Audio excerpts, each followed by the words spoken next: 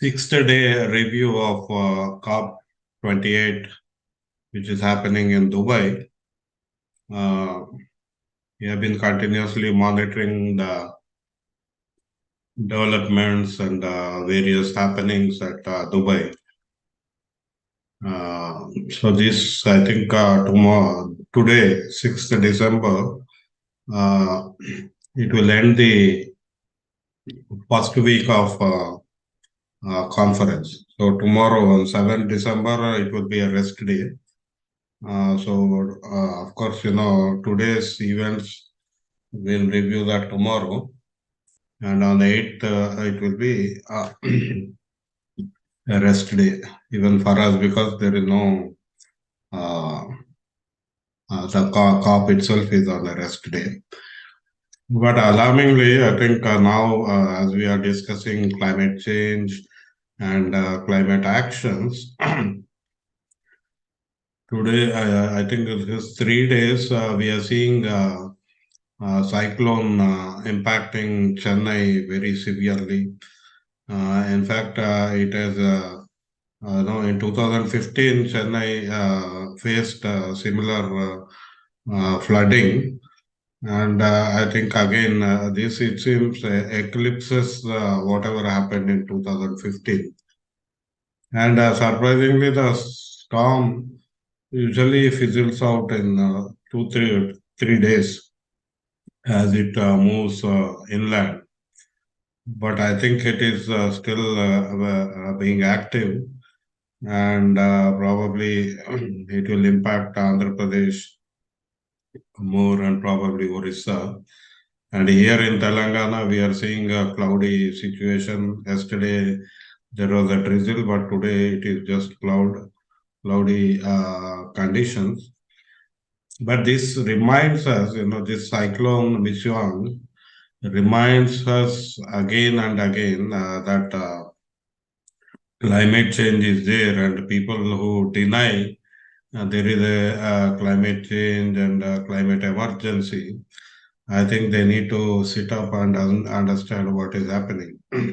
Usually in December, there will be cyclonic storms, but this kind of storm is not expected, was not expected. Now, coming to what happened in Dubai, COP28, yesterday there are different themes, energy transition, energy and industry, and just transition, and indigenous people. But when I looked at the events and the projections, I felt it was more like a technology fix day. Now you might know in COP28, a lot of problems. Someone is coming up with a technology fix. So that means the emissions can continue, but this particular technology is going to fix the problem. So this kind of stream of thinking is there. And yesterday events, where this COP28 Climate Innovation Forum, they organize events, and we could see how they are peddling solutions, technology solutions as cutting edge technologies, artificial intelligence, satellite technology, big data, clean energy, industrial decarbonization, low carbon hydrogen. Now, this low carbon hydrogen is being pushed as an alternative fuel, apart from nuclear energy, which we have been seeing in the past few days. And of course, technology innovation means Bill Gates will be there. And in fact, the company Breakthrough Energy is founded by Bill Gates, and they support a lot of ventures, in the name of innovative startups. I just remembered one innovative startup in the US. I think a few months back we heard about a tree cutting. Big trees were cut, and there was a furor, and then eventually people found out that the company which was doing was funded by Bill Gates. So the Bill Gates says, defends that. He says, we are cutting these trees and they are going to bury them so that we give back carbon to the soil. And he thinks this is one of the way technology methods of increasing soil carbon. Now that's what. But then what about the trees? You know, trees are not just carbon contained material. They provide shade, they cool, they have a lot of ecological services. So the sustainability of these kind of initiatives is always a question.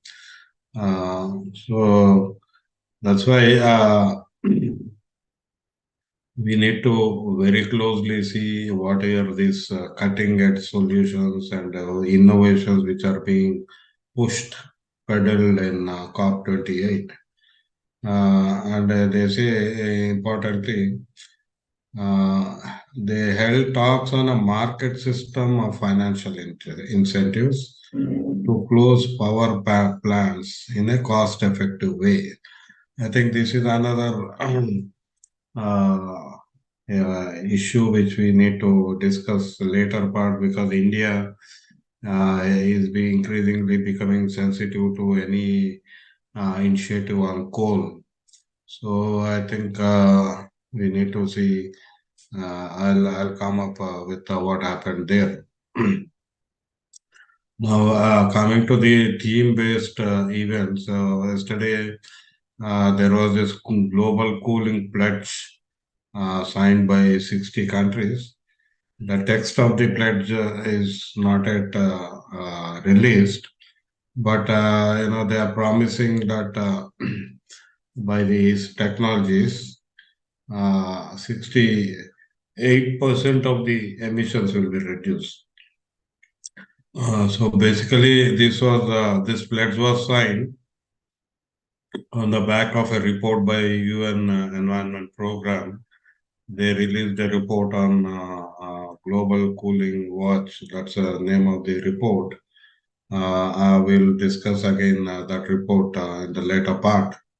But again, you can see the second event or the outcome is 39 countries committed themselves to global market for hydrogen energy.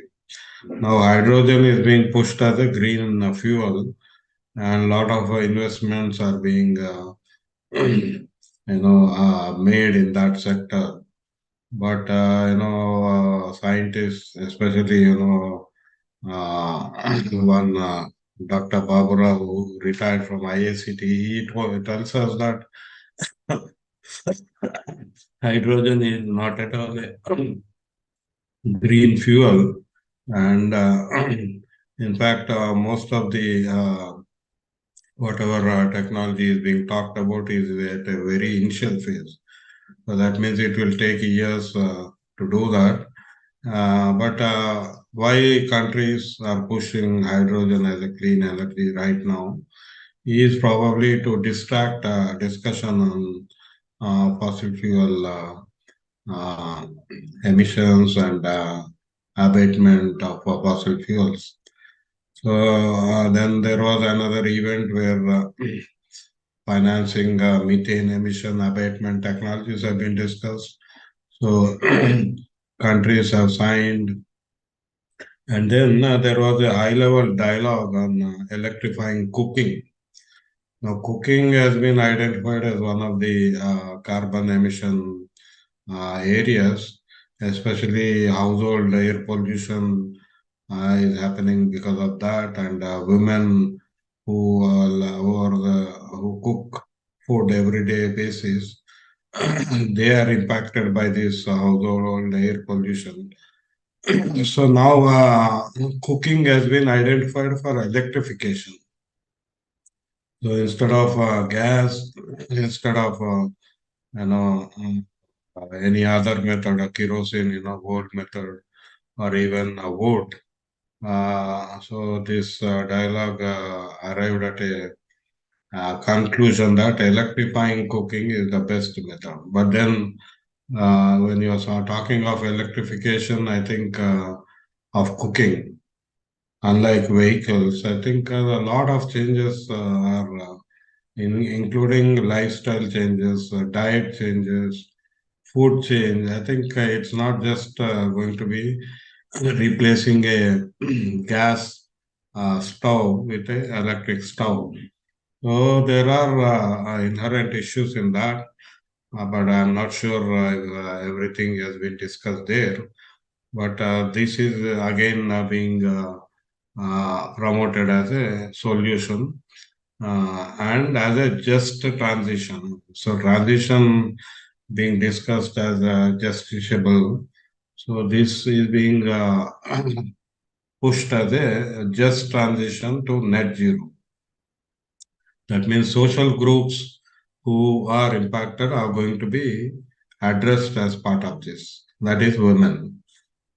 But the impact of shifting in the cooking from gas stove to electric cooking can impact women as well in negatively.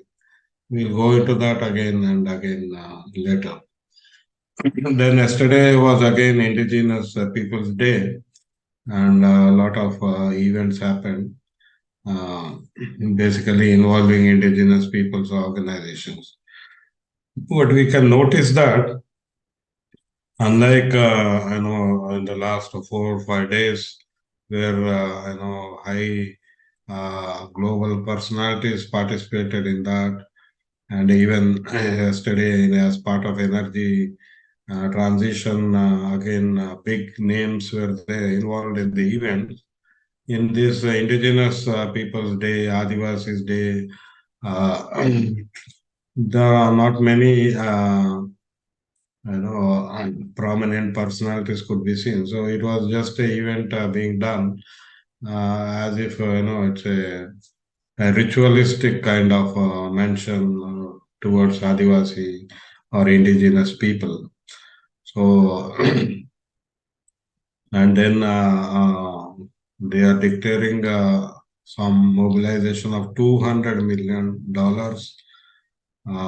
for a 80-year period on biodiversity and climate finance, with 85% reaching indigenous territories and local communities.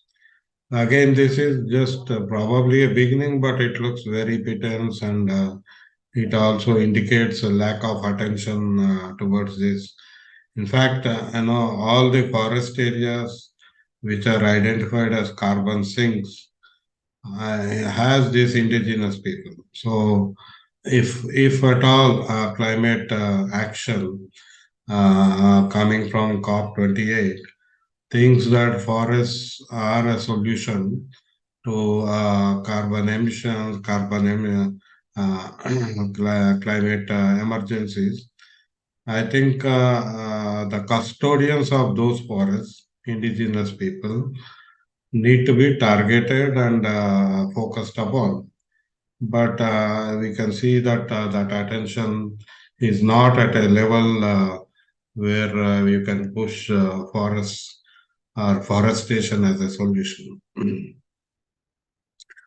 As I mentioned, there was a global cooling pledge which was signed yesterday. So, importantly, this pledge has been included in the 9 other declarations. So, COP28 is giving a lot of importance to this global cooling pledge. And this pledge, as I mentioned, it wants to reduce emissions, improve energy efficiency, and increasing access to sustainable cooling for the vulnerable. Now, this again is an important aspect which we need to sustainable cooling for the vulnerable. We know heat waves are increasing. Average Earth temperature has increased, so the planet is warming up. So many areas, tropical areas, the heat and the temperatures are very high, which impacts the poor people who become vulnerable for heat wave deaths. So this pledge is saying they want to increase access to sustainable cooling. Now I looked at some of the how they are going to increase this access. So either they are talking of refrigerators and so consumable goods are being discussed. Of course, UNEP report on cooling, it talks about passive cooling. Passive cooling means changing some building codes or lining homes with material where the heat does not come in. So some measures like that. In fact, Telangana has also declared a cooling policy. And again, that cooling policy talks about painting the buildings white, something like that. So I think this cooling, which is very, very important because as the earth temperature increases, people will start buying refrigerators or air conditioners to cool themselves. But that is they will run only if there is electricity. And if the temperatures raise beyond 50, 55 degrees, even those power plants may not run. They need to be shut down because the heat will be excessive. So thermal you cannot do. Even nuclear energy will be affected. So ultimately, if you have a renewable energy capacity, only then you can that too decentralized renewable energy because if you have a centralized renewable energy running on power lines, so the heat could affect the power lines also. The efficiency will go down. So decentralized power production at your home or over near your home. I think only that can give us electricity to cool the home, to cool the conditions in which we live. But then the other part, the more active cooling is creating water bodies, protecting wetlands. So lakes, tanks, these kind of, uh, land and water interaction can also cool the atmosphere. And then, forests, open areas, so tree-lined areas. So all these are going to have non-intensive energy cooling effects. But the ultimate problem is these are not discussed at all. And the cooling pledge is focusing on electrified gadgets and a few measures on focusing on buildings and commercial complexes. So even though the wording says increasing access to sustainable cooling for the vulnerable, there is no idea or solution on the table which addresses how this access will be increased. Oh, this alliance we have heard on December 1st when USA has said we are promoting this. So this is a coalition of national and subnational governments, businesses, and organizations working to advance transition from unabated coal power generation to clean energy. So basically, this alliance is about phasing out or reduction and coal as a fuel. Uh, and nine countries have so far new countries signed up in COP28. Apart from Malta, Malta is a African country, so they phased out coal power in 1996, way back almost 30 years back. So this alliance has now 59 countries which includes US, Czech Republic, Cyprus, Dominican Republic, Iceland, Kosovo, and Norway. Now, Norway is a major oil economy, oil-based economy. US is also a oil economy, oil and gas economy. Now, these countries are pushing for a powering past coal alliance, not powering past oil alliance. They could have named it as a oil alliance, powering past oil alliance because that is their economy. So instead, now they are targeting coal simply because, again, they don't want any discussion on themselves, but they are pushing for action on other countries. So this alliance does not include India and Indonesia, Australia, South Africa. So these are all dependent on coal, and they are very fidgety or very sensitive to discussion on coal phase out. So these countries, US or Norway, who are benefiting, continuously benefiting and investing and reinvesting in oil production, they are talking about powering past coal. So this shows that there are politics behind what is happening in COP28, and those politics are again and again about maintaining power or retaining power or getting new power. So this, I think, we need to understand very clearly. So whatever is happening in COP before and after, and maybe in future, it will be mostly on politics, not on science, not on passion, not on people, not on social groups, but it is about people, business, wealth, and power.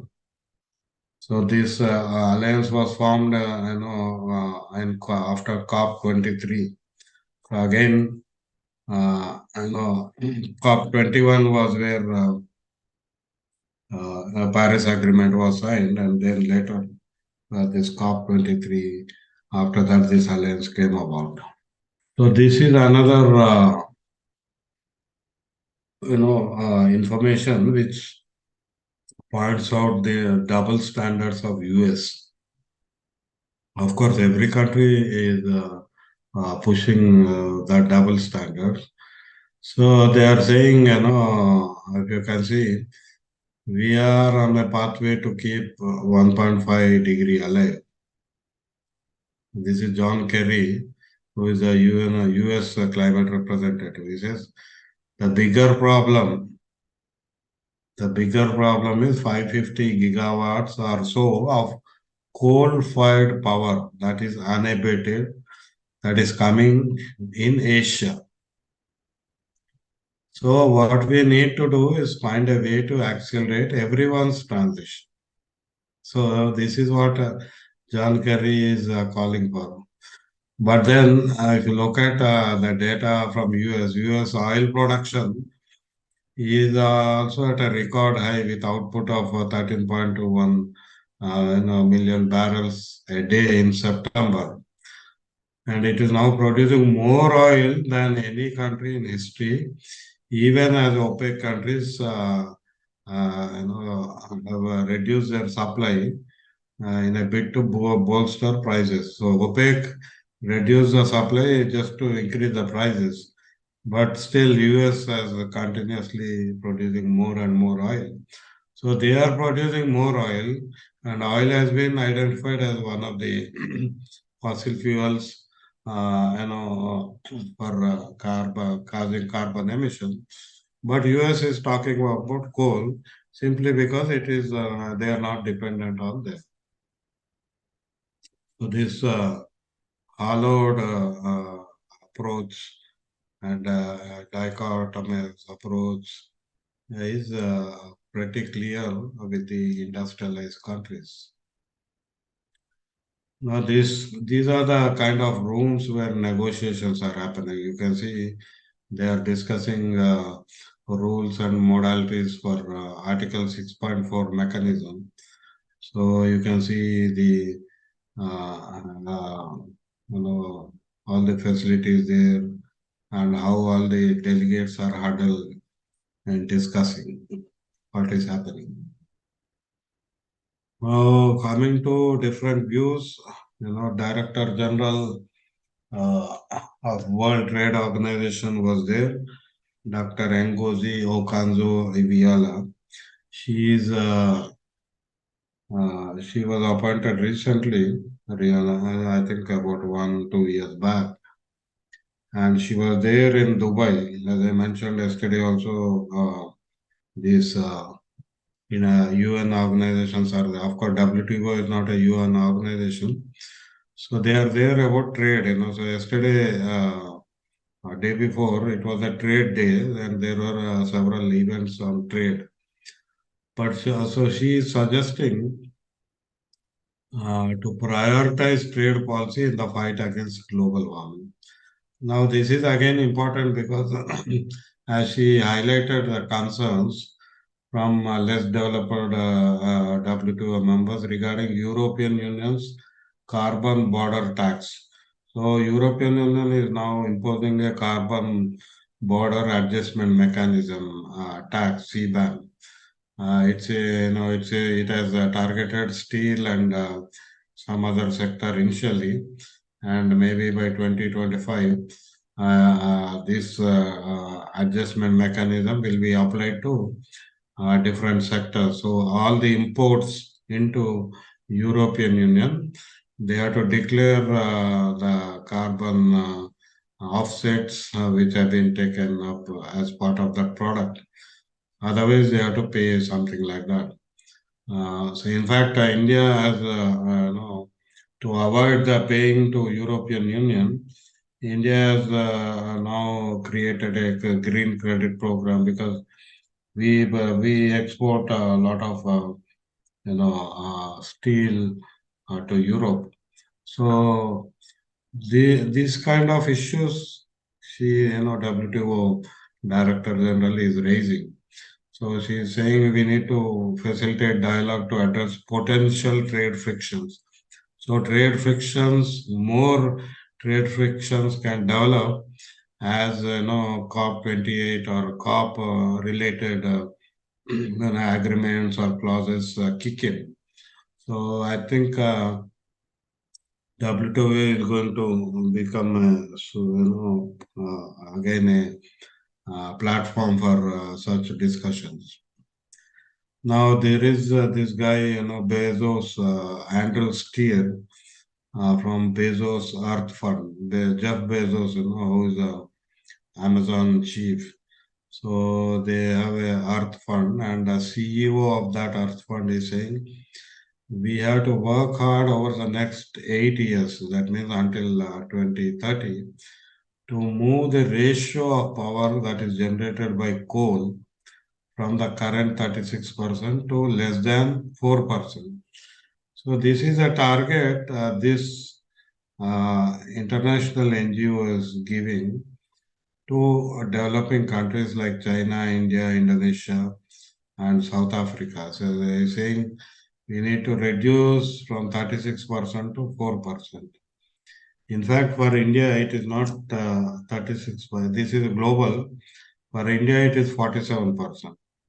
So it means we have to reduce very hard if this goal becomes a part of the COP agreements.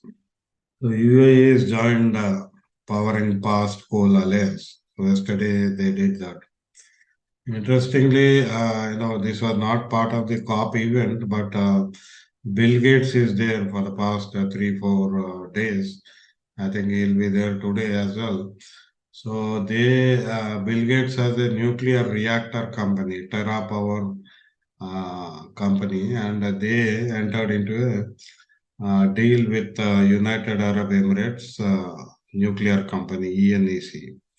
So they have agreed to study the potential development of advanced reactors in the UAE and abroad. So Bill Gates again, because he's a technopreneur who makes mints crores out of technologies false technology solutions, is now peddling a advanced nuclear reactor. So they are doing research on that, and he says they are going to come up with a reactor which addresses the current concerns of waste, a lot of issues within the nuclear energy. So the memorandum of understanding comes amid a push by the UAE to expand its nuclear energy capacity. So UAE has a small nuclear power plant. I believe it was inaugurated in 2020, just 3 years back. So this is the latest player in the nuclear energy, and they want to expand their nuclear energy capacity. Nuclear energy eventually is related to war, weapons. So there is another dimension to the nuclear energy. So again, there are politics involved in that, especially with Israel and the Arab nations, which are supporting Palestinians. In the past, we have seen Iran nuclear program has been targeted by Israel and USA. So now you need to see if UAE gets that approval from this nuclear club, even though the UAE is saying it is only for energy, but the process to fuel from nuclear energy is the best suited for weapons, war weapons. No one throws it away just like that. There was this news, yesterday, as we talked about, fossil fuel lobbies are there in COP28. So in Glasgow, they identified 500, but here in COP28, there are 2,456 fossil fuel lobbies, and that is 400% increase since last year. So the increase in role, increasing intervention of companies or lobbies who, on behalf of fossil fuel companies, is increasing, and that's why many people are they don't have any faith in a good outcome from COP28. And here we can see already 2,456 are there, and in the last 1 week, at least 6 days, you could see that how the debate is being channelized gradually into something away from the fossil fuel debate. But then they could not avoid, and I think still fossil fuel phase out is still on the table. They just cannot brush it aside because the science is there, and a lot of the texts on fossil fuel phase out, has been there since 10, 15 years. And one company, Geneva, a coalition of this, fossil fuel lobby, they brought 116 people. I think some countries, they do not have so many lobbies, as I mentioned earlier also. So 10 most climate vulnerable countries combined are lesser than these fossil fuel lobbies.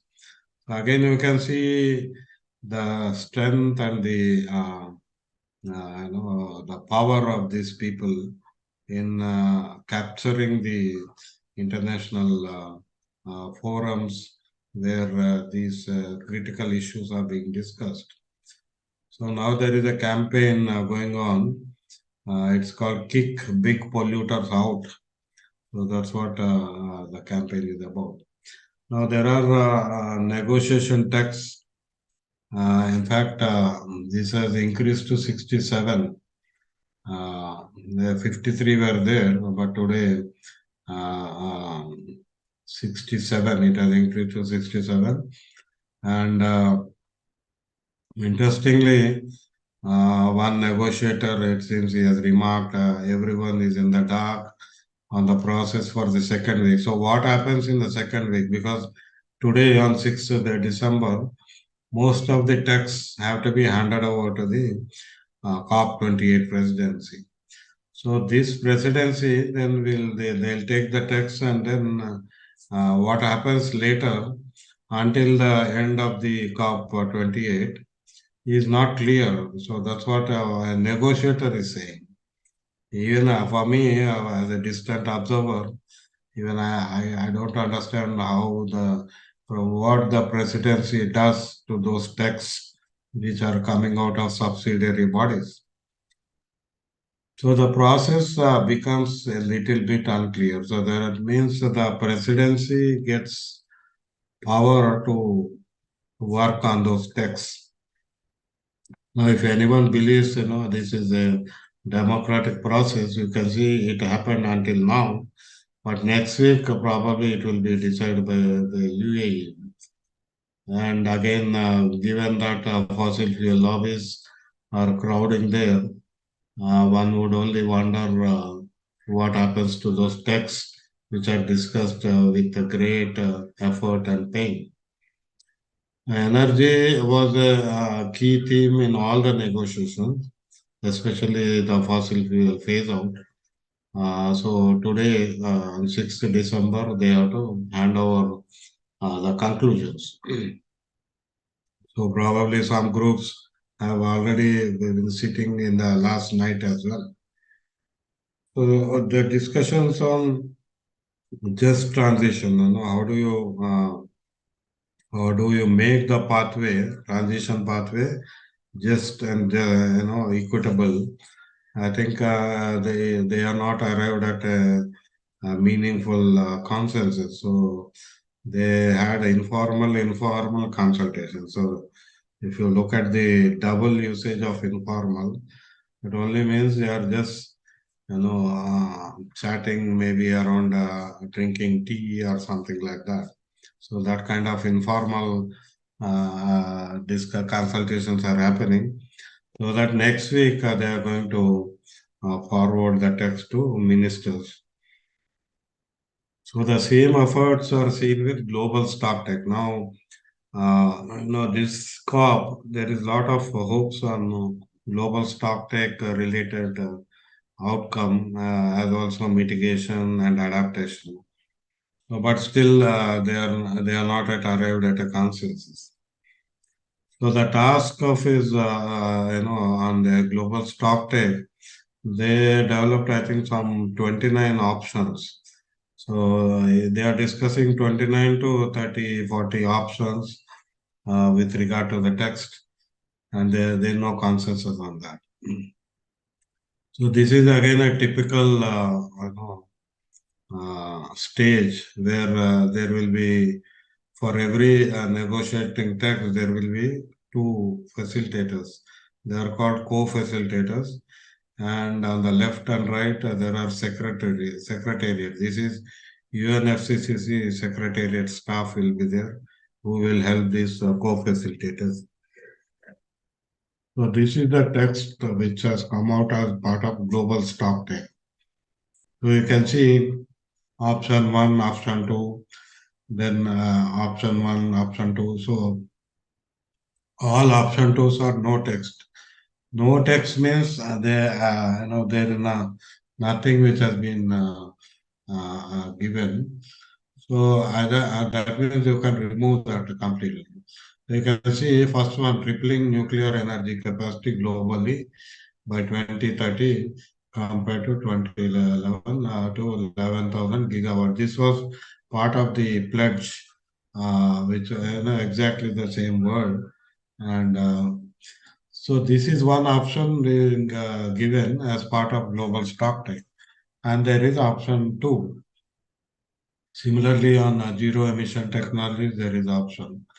If you look at the C point, it says option one, an orderly and just phase out of fossil fuels. This is option one. Then accelerating towards phasing out unabated fossil fuels and to rapidly reduce their usage to achieve net zero in energy systems by or around mid-century. That is 2050. And there is option 3, no text.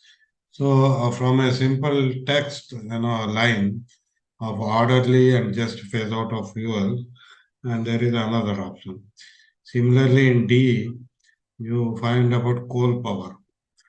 So these are all options developed by this negotiation text, and the delegates are going to struggle it out on what is the best everyone can agree upon. So again, you can see phasing out inefficient fossil fuel subsidies.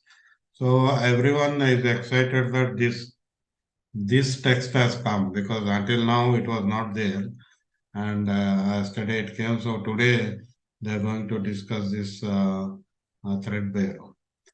So again, this is on just on equity within the global stock trade. So I thought option 1, option 2, option 3.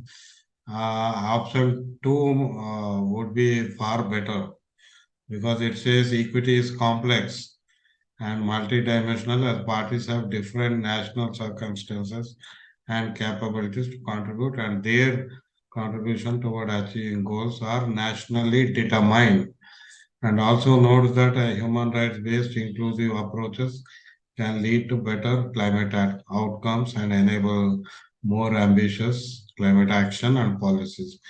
I thought this option 2 gives scope for decision happening at a national level because each country has its different circumstances. We have Adivasis, we have Dalits, we have rural versus urban, and within urban we have poor and rich, and then women. So these circumstances are again different from what is in the United Kingdom or in United States or in European Union or even Thailand, Malaysia. So each country has a different circumstances. I felt, the option 2 might be better, but again, we need to see how the delegates are going to come up with, what they are going to come up with. So there are a number of studies, reports again. So yesterday, a new study finds that planted forests with mixed tree species stored 70% more carbon. Usually now, because people either due to carbon credits or even before that, like in Telangana, Haritaharam, mono plantations, single species plantations are being promoted in acres and acres. But they do not store carbon as much as multiple mixed tree species is what this study is saying. So the study is recommending that we need forests, not plantations. So we need diversified forests, and only then they can act as efficient carbon sinks. So this, I think, we need to understand very clearly. Now, this Global Cooling Watch report, which was released by UNEP along with when they signed a global pledge, I can say they are suggesting passive cooling, higher energy efficiency standard, faster phase down of climate warming refrigerants. This is about hydrochlorofluorocarbons, HCFCs. But and as I mentioned, they are looking at passive cooling is about changing building code and some other such, such things, which are still based on electricity intensive ideas and solutions. But they are not talking of lakes, they are not talking of forests, they are not talking of trees, they are not talking of open areas. All these are part of the cooling options. Now there is this green zone, but someone has pointed out that a green zone, authorities have not still clarified whether demonstrations can happen there. So since there are at least 80,000 activists there, the restrictions are being restrictions are there, and people are concerned about it. Now, Indian Environment Secretary, she claimed, that we have decoupled emissions from economic growth. Again, I don't know how it was done, and she did not give any study or independent third-party data to back whatever she's claiming. But she's claiming India has achieved 33% reduction in emission intensity of GDP in 2019 itself. Now, if they have achieved so much, even without coal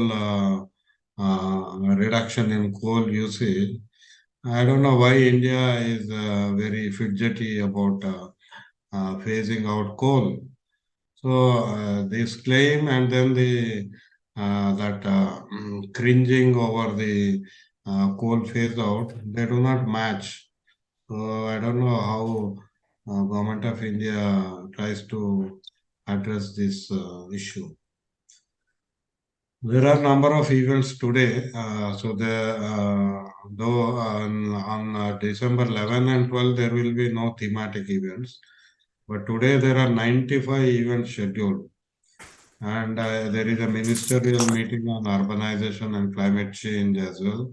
So today a lot of discussion will be on urbanization, cities, and related issues. And also there is a parliamentary bodies meeting also. So a lot of parliament members from different countries are likely to be there to discuss parliamentarian role in climate action. So this is being organized by International Inter-Parliamentary Union and another organization. So again today this we'll see what they are going to discuss today on this. So these are a few demonstrations which looked very organized, not unlike what we have seen in earlier COPs, but still better than what has happened in Egypt. So these are civil society activists who are trying to influence the negotiators on different issues. Again, you can see they are sitting on the floor and discussing whatever strategies. Here is, this is the guide to the venue. So I'll stop here and then I'll just do a small translation in Telugu. What happened yesterday in Dubai. నిన్న 5వ తారీఖు నాడు 5 December నాడు దుబాయ్లో చాలా కార్యక్రమాలు జరిగాయి. దాంతోపాటు ఏవైతే చర్చలు జరుగుతున్నాయో ఒక 67 ప్రతుల మీద చర్చలు జరుగుతున్నాయి. అంటే 67 రూమ్లు ఉన్నాయి. గదుల్లో 67 రకాల ప్రతుల మీద చర్చలు జరుగుతున్నాయి. అవి ఈరోజు 6 డిసెంబర్ నాటికి పూర్తి కావాలి. ఇవి ఈరోజు సాయంత్రానికి కాప్ ప్రెసిడెంట్కి అవి అందజేస్తారు. అంటే వాళ్ళు ఏమి నిర్ణయించుకున్నారు అనేది అందజేస్తారు. ఒకవేళ ఏ నిర్ణయం జరగకుండా దాన్ని ఒక ముసాయిదా రూపంలో ఇస్తారు. ఎందుకు అంగీకరించారు అవన్నీ ఉంటాయి. అయితే ఇవి కాప్ ప్రెసిడెంట్కి అందజేసినాక వచ్చే వారం వాళ్ళు ఏం చేస్తారు అనేది ఈ ఈ చర్చల్లో పాల్గొంటున్న వారికే తెలియదని నిన్న మనం చూస్తే సమాచారం ఎవరో అంటున్నారు. ఏమవుతుంది తర్వాత ఈ ప్రతులను ఆ ప్రెసిడెంట్కి ఇచ్చినాక ఏమవుతుంది, ప్రెసిడెన్సీ అంటే యుఏఈ ఏదైతే దుబాయ్ దేశం వాళ్ళ టీం దాన్ని చూసి మరి వాళ్ళు యుఎన్ఎఫ్సిసి కలిసి దాన్ని ఏం చేస్తారు అనేది మనము చాలా మందికి తెలియదు. అది దాని మీద సందిగ్ధత ఉంది, అనుమానాలు ఉన్నాయి. ఎందుకంటే COP28 ప్రెసిడెన్సీ మీద ఇప్పటికే చాలా ఆరోపణలు వచ్చాయి. ఎందుకంటే ఆయన ఆయిల్ కంపెనీ ప్రతినిధిగా మాట్లాడుతున్నాడని. అది మనం చూసాం కూడా.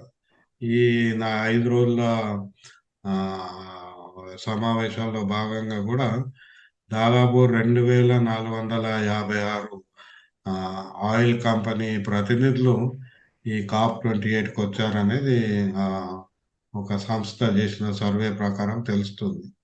ఇది పోయిన సంవత్సరం ఈజిప్ట్ కాప్ కంటే 400% ఎక్కువ. అంటే వాళ్ళ సంఖ్య 400% ఎక్కువ. అంతకుముందు గ్లాస్గో కంటే అది ఇంకా బహుశా 1000 శాతం ఎక్కువ ఉండొచ్చు. ఎందుకంటే అప్పుడు 400 ఉంటేనే పెద్ద రభస అయింది.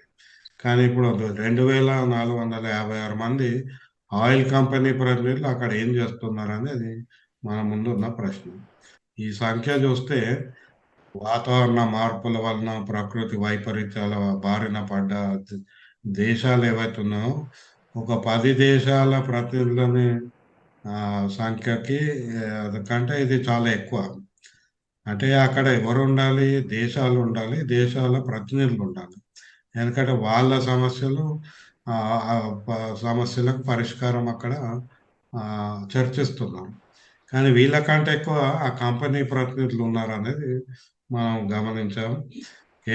కేవలం ఆయిల్ కంపెనీ ప్రతినిధులే కాదు, ఇంకా వేరే అనేక రకాల కంపెనీలు ఉన్నాయి. నిన్ననే మనం మాట్లాడుకున్నాం, దాదాపు 8,000 నుంచి 10,000 మంది ఈ కంపెనీ ప్రతినిధులే. ఆ, వే దాదాపు 1,200 కంపెనీలు కూడా అక్కడ ఉన్నాయి. అంటే ఇది అన్ని కార్పొరేటీకరణ జరుగుతుంది.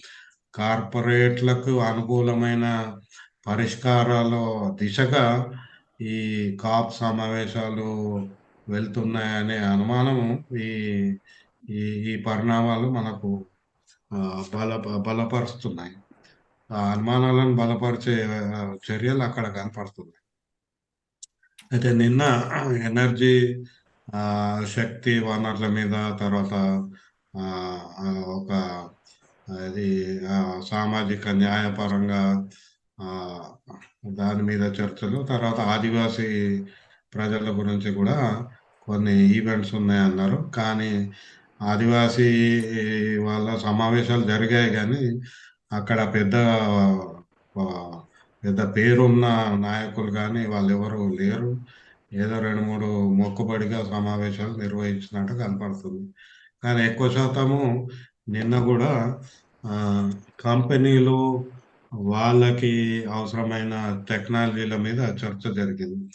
అసలు 5, 6 ఈవెంట్స్ చూస్తే ఈ ఆ, మన క్లైమేట్ చేంజ్ సమస్యలకు పరిష్కారాలు టెక్నాలజీ ద్వారానే తీర్చగలుగుతామనే ఆ, ఒక నమ్మకము కలిగించే విధంగా ఈ సమావేశాలు జరిగాయి. అందులో ఆర్టిఫిషియల్ ఇంటెలిజెన్స్, బిగ్ డేటా ఇవన్నీ కూడా తీసుకొచ్చే ప్రయత్నం చేస్తున్నారు. అందులో బిల్ గేట్స్ ఇప్పుడు గత 4, 5 రోజులుగా బిల్ గేట్స్ అక్కడే ఉన్నాడు. టెక్నాలజీ అంటే చాలా మందికి బిల్ గేట్స్ గుర్తొస్తారు. ఈ టెక్నాలజీ ద్వారా ఆయన టెక్నాలజీ వ్యాపారం చేస్తున్నట్టు మనకు తెలిసిందే. ఆయన ప్రమోట్ చేసే టెక్నాలజీలు, కంపెనీలు, వాళ్ళు పెట్టుబడి పెట్టిన కంపెనీలు, వాళ్ళందరూ కూడా నిన్న మీటింగ్లు పెట్టుకొని ఆర్టిఫిషియల్ ఇంటెలిజెన్స్ ఎట్లా వాడతాము, బిగ్ డేటా ఎట్లా వాడతాము, డిజిటల్ ఎట్లా వాడతాము, దీని ద్వారా ఏ సమస్యకి ఏం పరిష్కారం చేయగలుగుతాము అనేది వాళ్ళు నిన్న చర్చించడం జరిగింది. తర్వాత ఇంపార్టెంట్గా కూలింగ్ ప్లేట్స్.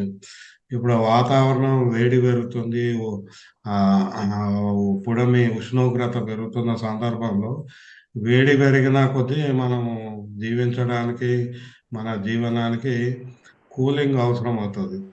సో ఆ, ఇప్పటికే ఎయిర్ కండిషనర్లు, రెఫ్రిజిరేటర్ల అమ్మకాలు పెరిగినాయి మొత్తం ప్రపంచం అంతటా. ప్రత్యేకంగా మన అలాంటి దేశంలో ఎక్కడైతే ట్రాపికల్ దేశం ఉంటుందో ఇక్కడ ఆ, ఆ, మనకు 50 డిగ్రీలు సాధారణమే, మనం 50, 55 డిగ్రీలు. సో ఇక్కడ కూడా ఎయిర్ కండిషనర్లు, రెఫ్రిజిరేటర్లు పెరుగుతాయి. సో వీటన్నిటికి సంబంధించి ఒక ఆ, ప్రతిజ్ఞ నిన్న తీసుకున్నారు. అది ఎందుకంటే యునైటెడ్ నేషన్స్ ఎన్వైరన్మెంట్ ప్రోగ్రామ్ వాళ్ళు ఒక రిపోర్ట్ ఇచ్చారు. ఈ కూలింగ్ కొరకు ఎంత ఆ, ఎన్ని ఎంత శాతమో, ఎవరు ఎంత కొంటారు, ఇవన్నీ వాళ్ళు ఒక అంచనా తీసుకొచ్చారు. వాళ్ళ వాళ్ళు దానికి కొన్ని పరిష్కారాలు కూడా సూచించారు. కాకపోతే ఆ పరిష్కారాల్లో భాగంగా ప్యాసివ్ కూలింగ్ అంటారు. ప్యాసివ్ అంటే ఈ పరికరాలు కాకుండా, ఈ రెఫ్రిజిరేటర్లు ఇవి కాకుండా వేరే విధంగా ఎట్లయితే షేడ్స్ పెట్టడము, అది బిల్డింగ్కి తర్వాత లైనింగ్ చేయడం, ఇప్పుడు కొన్ని చోట్ల ఇది కిటికీలకి లైనింగ్ చేయడం, ఇట్లాంటివన్నీ ప్యాసివ్ కూలింగ్ కింద వస్తాయి. వాటి గురించి మొదట ప్రస్తావిస్తూ తర్వాత రెఫ్రిజిరేషన్, ఎయిర్ కండిషనింగ్ గురించి మాట్లాడారు. ఇవన్నీ ఎలక్ట్రిఫికేషన్ చేస్తే బాగుంటుంది, ఎఫిషియెంట్గా ఉంటుందని వాళ్ళు చెప్పడం జరిగింది. ఆ రిపోర్టు మనం పూర్తిగా చదివితే ఇంకా మనకు లోతుల్లో అర్థమయ్యే పరిస్థితి ఉంది. కాకపోతే నేననేది, మీరు కూలింగ్ అన్నప్పుడు మనము చేయాల్సింది ప్యాసివ్ కూలింగ్ ఏంటంటే, ఇప్పుడు Telangana cooling policy, cool roof policy వచ్చింది. ఏది 1.5 year బ్యాక్. అటు వీళ్ళు ఏమన్నారు, బిల్డింగ్ల మీద ఒక పెయింట్, ఒక రకమైన పెయింట్ వేస్తే అది ఆ ఆ ఎండ రిఫ్లెక్ట్ అయ్యి ఆ బిల్డింగ్ కూల్ అవుతుందని. కానీ ఆ బిల్డింగ్ మెటీరియల్ గురించి కానీ, అంటే సిమెంట్ బదులు మనం సున్నం వాడచ్చా, మట్టి వాడచ్చా, ఇట్లాంటి వాటి మీద చర్చ లేదు. ఇది కాక నేను ఆనాడే చెప్పాను, మనం కూల్ కావాలంటే మైక్రో క్లైమేట్ని మార్చాలంటే మనకు చెరువులు ఉన్నాయి, ఆ, నదులు ఉన్నాయి, వాగులు ఉన్నాయి, కాలువలు ఉన్నాయి, చెక్ డ్యామ్స్ ఉన్నాయి. వీటిని మనం ఎక్కువ పెంచుకుంటే, వాటిని కాలుష్యం కాకుండా వాటిని సహజంగా మెయింటైన్ చేస్తే ఆ ప్రాంతంలో కూలింగ్ ఉంటుంది. ఇప్పుడు హైదరాబాద్లో మనం చూసాము, GO 111 దగ్గర హిమాయత్ సాగర్ కానీ, ఉస్మాన్ సాగర్ కానీ, ఆ చుట్టుపక్కల చల్లగా ఉంటుందని అక్కడ ఇల్లు కట్టుకుంటున్నారు. దాని డిమాండ్ కూడా అందుకే ఉంది. చెరువు పక్కన ఉంటే మనకు ఆ వాతావరణం బాగుంటుందని తెలుసు. కానీ ఇటువంటి ఆ పరిష్కారాలు ఈ రిపోర్ట్లో లేవు, నిన్న చర్చలో కూడా జరగలేదు. అదిగాక చెట్లు పెంచితే, చెట్లు ఇప్పుడు ఒక వేప చెట్టు కింద ఉంటే చాలా చల్లగా ఉంటుంది గాలి. మరి చెట్లు పెంచడము, ఏ చెట్టు పెంచితే ఎంత కూలింగ్ ఉంటుంది, ఆ తర్వాత అడవులు పెంపుదల, దాంతోపాటు ఇప్పుడు ఆ పట్టణ ప్రాంతాల్లో ఓపెన్ ఏరియాస్ ఉండాలి. అంటే గాలి, బిల్డింగ్ పక్కన బిల్డింగ్ దగ్గర దగ్గర కడితే కూడా వేడి పెరుగుతుంది.